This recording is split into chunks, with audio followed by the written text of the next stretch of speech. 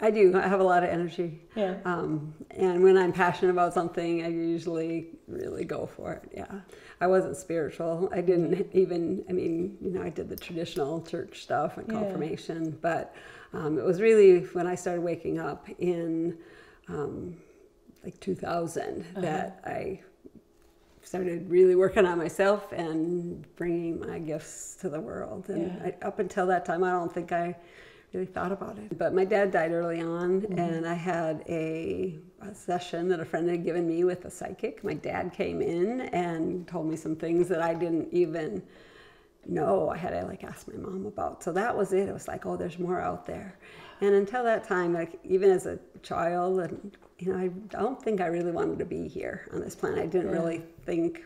I knew there was something more, and it just seemed like kind of boring. Yeah. And so when that started happening, it was like, wow, okay, there's cool stuff here to check out. And that kind of started me on a quest for self-discovery and really just try to discover some of the mysteries of the universe. Yeah.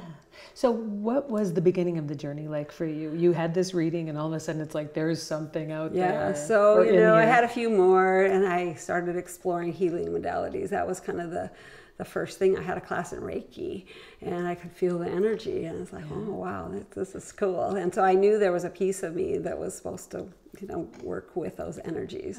Again, later I got certified in pranic healing. I did get certified in Reiki, but I don't use it per se, but pranic healing was a really good one for me. New paradigm multidimensional transformation is a healing modality that I use in all my classes now. It was the healing modalities that really got me excited and jazzed early on. What kinds of differences did you see in yourself doing these things, or in others? Well, part of me didn't believe it, but other people would say, wow, you fixed my tooth, or oh, you fixed, and I was doing this as I was raising my family, and I was still working as a pharmacist, and you know, it wasn't as accepted as it is now, so I didn't talk about it to most people. Yeah. But we had this healing clinic that was free out of a chiropractic's office, and so I would go there once a week, and we'd do, you know, we'd have patients we could work on that would just come.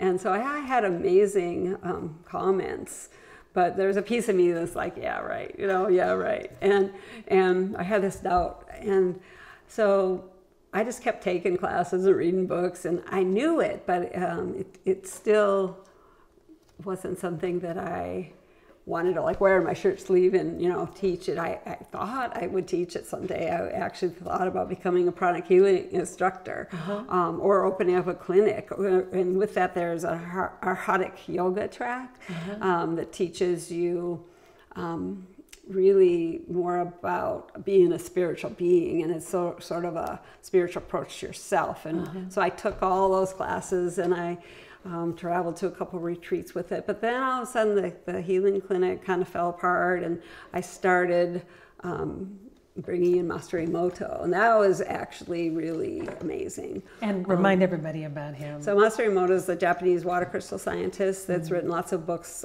messages from water. And that was probably one of the first things that happened when I had that psychic reading.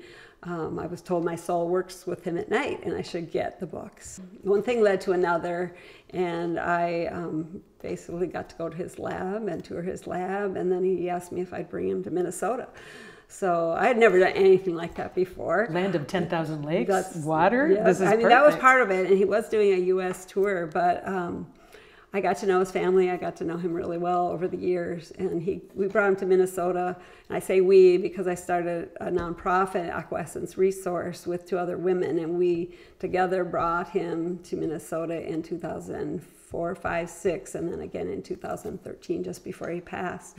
And you know, his books really resonated with me about you know, positive thinking. The words that we choose are so important.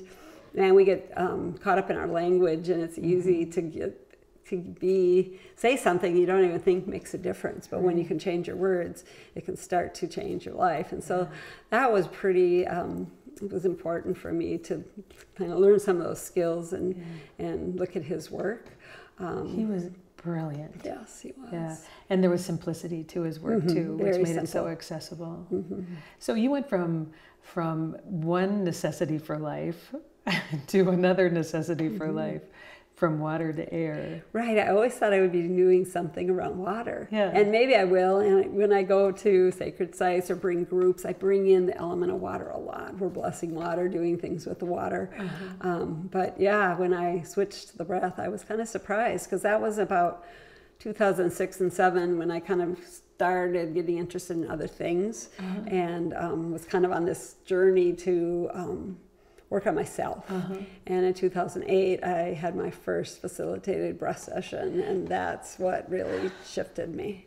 Help me understand that, because when you know, I hear breath session, it's like, well, I've been breathing since the moment I was born. Right, so why would I need somebody to teach me how to breathe? So that's the thing. Most people think they know how to breathe, but most people barely breathe. We use about 30% of our lung capacity. And if you are just breathing 24,000 times a day, most of it's subconscious. We use the back part of our brain, our reptilian brain. But when we make it conscious, we use the front part of our brain, and it can do so many things.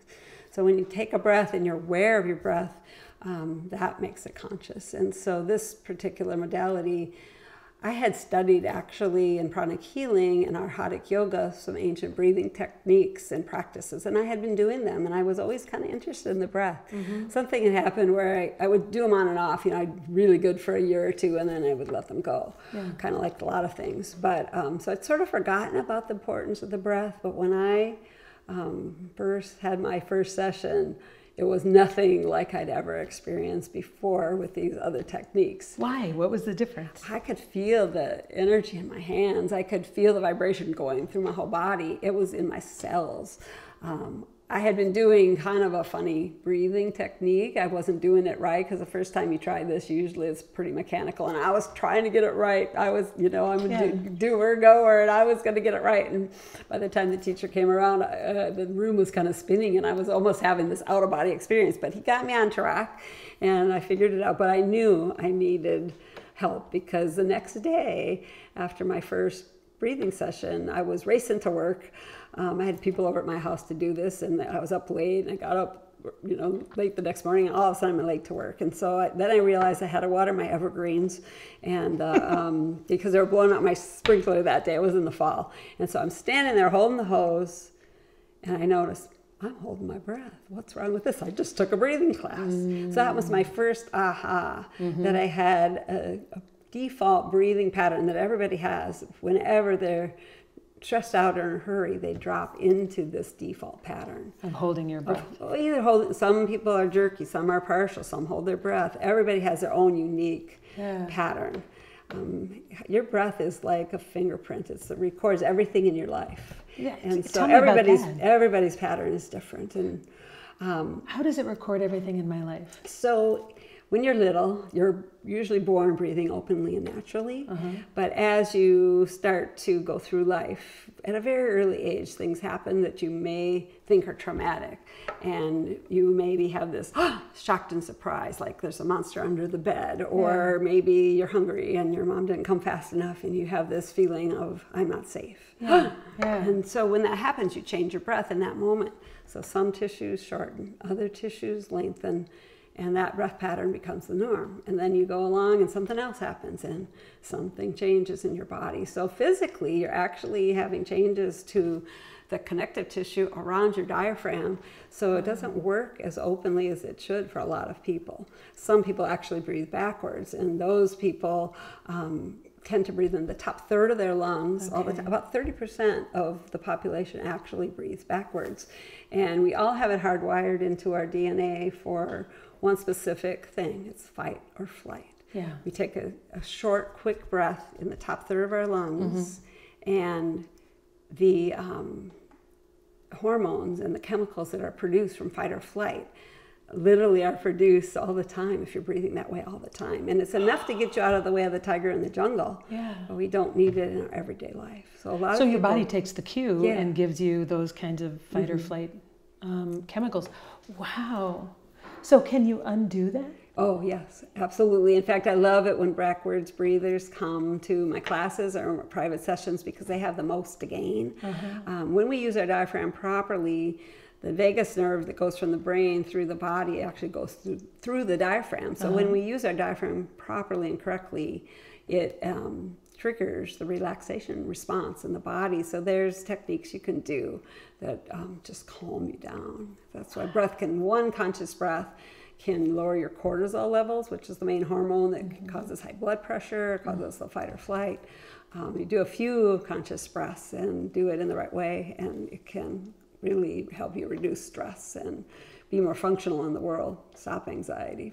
Wow, that's amazing. Something so common, so habitual. And we forget. We forget how easy it is to use our breath. Well, tell me about the forgetting part, though. Does it take, how many times does it take to be instructed, to work with you? So everybody is different.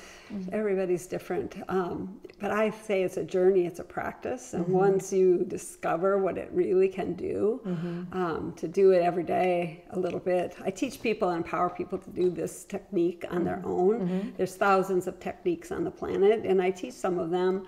I've studied some of them. But I always fall back to soul breathing because it's based on the natural breath that you're born with and the natural breath that you die with. And we have cycles in nature where there's a period of work and a period of rest. So this technique actually has that period of work where you inhale and you rest on the exhale, and you do this continuously. And this continuous breath will set up a vibration in your body that is really what the foundation of this technique is about. So this vibration helps clear old patterns out of your cells, out of your field. And so depending on how many stuck patterns you have, it may take a little longer. Depending on how your breath pattern is, backwards breathers usually need to have a few more sessions because they've been doing it the wrong way and they have to retrain their diaphragm.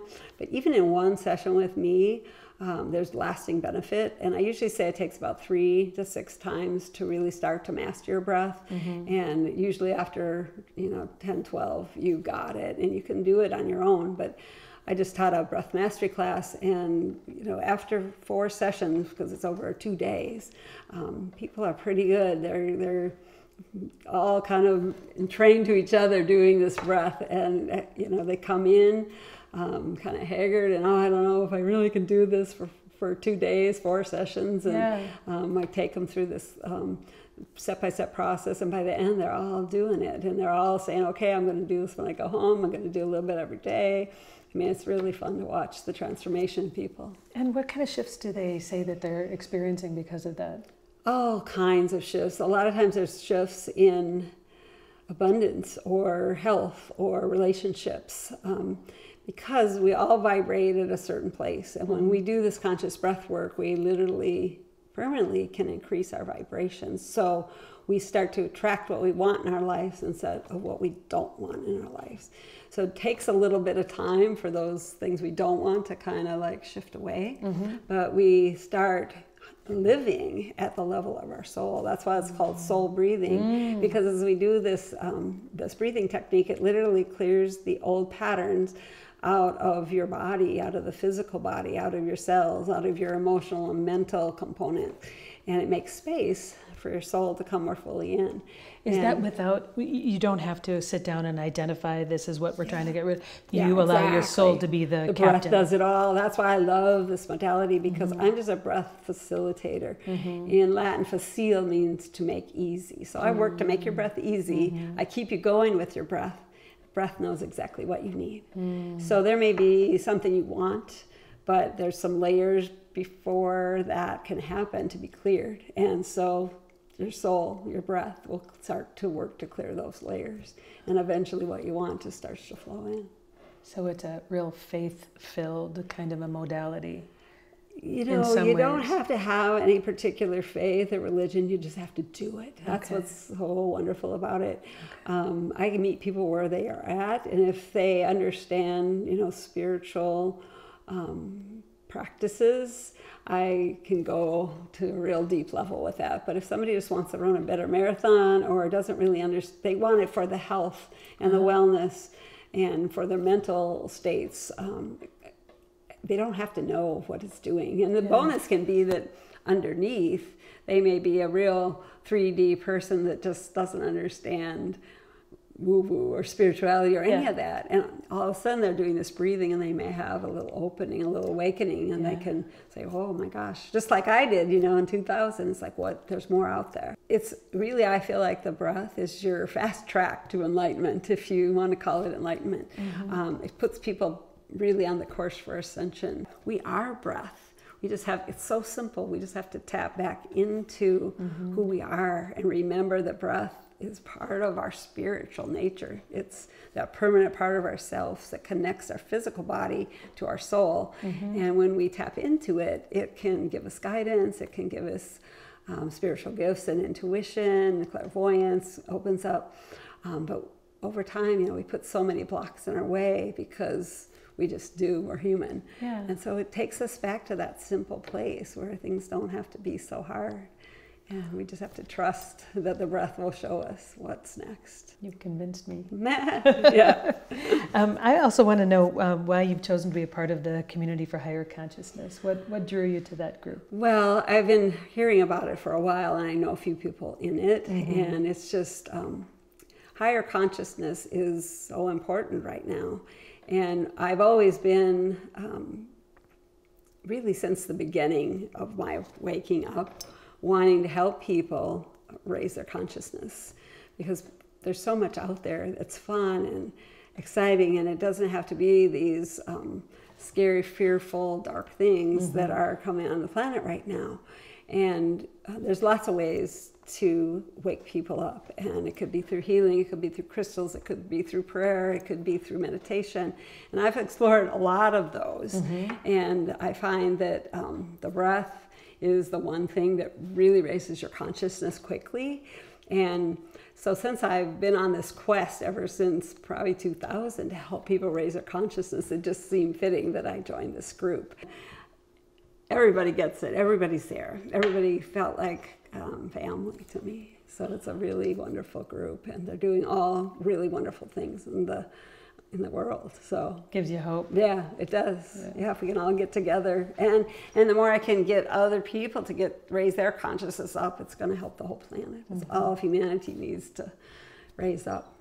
How you breathe is how you live your life, and if your breath is deep, full, relaxed, connected, and flowing, your life will be like that. We already talked about how your breath is like your thumbprint. It's unique to you. But as you go through life, things happen, and humans really don't like to feel. We don't like to feel our emotions. So instead, we think them and we bury them, and eventually as it gets into our cellular nature. And we don't even know we have emotions, but eventually we're triggered and it just pops out. So at the first layers of what this soul breathing work does is it clears those stuck patterns. And when you asked, what shifts people have, I would say they're more able to be in the same situation that they were yesterday, where they got angry, and say, oh, wow, I don't feel anger anymore. And then they evolve, and the same situation happens again, and it's like, I hardly ever even felt that. So we're literally clearing the emotional layers and those emotional patterns and unwinding them out of the cells and unwinding them out of the body. And so people that normally would be triggered by a certain thing don't feel it anymore. And then there's another one and another one. But eventually you clear those layers. At the same time, it's clearing your subconscious mind. So the thoughts you think today were probably the same thoughts you thought the day before and the day before, and they actually trace that back to when you were going to school and you had to use your brain and you left your emotional body behind at about age 5. We know a lot of people walking around with an emotional quotient of about age 5, right? So the mental body kind of starts kicking into gear as we have people, as we come aware of our surroundings and our environment, and somebody says, oh, why'd you do that? And we shrink, and we start to be our best own critic, and we have self-judgment, self-doubt, and that is getting cleared at the same time as well. So when we clear out those layers, those stratas, that allows our soul to anchor more fully in, and we can live at that soul level where we are in the flow, where we receive guidance, and we just have this knowing that this is the right thing. But on the lower levels or the beginning levels, not lower, the beginning levels, people come to me in all sorts of different ranges. Some people have had abuse, some people have had sickness, some people have, a history of a lineage that's really messed up. And all of them are benefiting by the breath because they're clearing whatever pattern they need to clear. But eventually, after you do this a while, and everybody's different, you get to that place where you're pretty clear. And that's when this work really becomes fun for them and me. Right. Because as you're doing this continuous breath technique, you increase your vibration, and it allows you to tap into the vibrations that are coming in from the sun right now. The sun has these new vibrations that have never been on this planet before. Yeah. And they're rewiring our bodies. And so when we're clear, we can actually take them in and use them to propel us to this next level of vibration, this new platform where the earth is going to. It's different now. I mean, it used to be we could be so bright and light we'd disappear. But now humanity is doing this thing as a collective. We're ascending collectively. And so we've got to get everybody on board to raise up so we can all hold the light, so we can all go to a higher level of vibration. And that's why just breathe. If you just breathe, you're going to start to work on those things. But as a group, when I take people to sacred sites or do planetary service, we do breathing together. And most people that come have had a few sessions, and they're pretty high vibrational anyway. And so the work we can do together to help the earth bring more light or clear stuck patterns in the earth is phenomenal. I mean, some of the work we do as a group is really amazing. And I teach a lot of group classes, and people come at all different levels, but I find the universe gives me the right group. I always have either people that really need help on, their emotions, or people that really get it and they're just ready to go for whatever they can do to increase their own consciousness. So it's a beautiful thing. And the breath has taught me so much. It's just like I get out of the way and the right things just show up.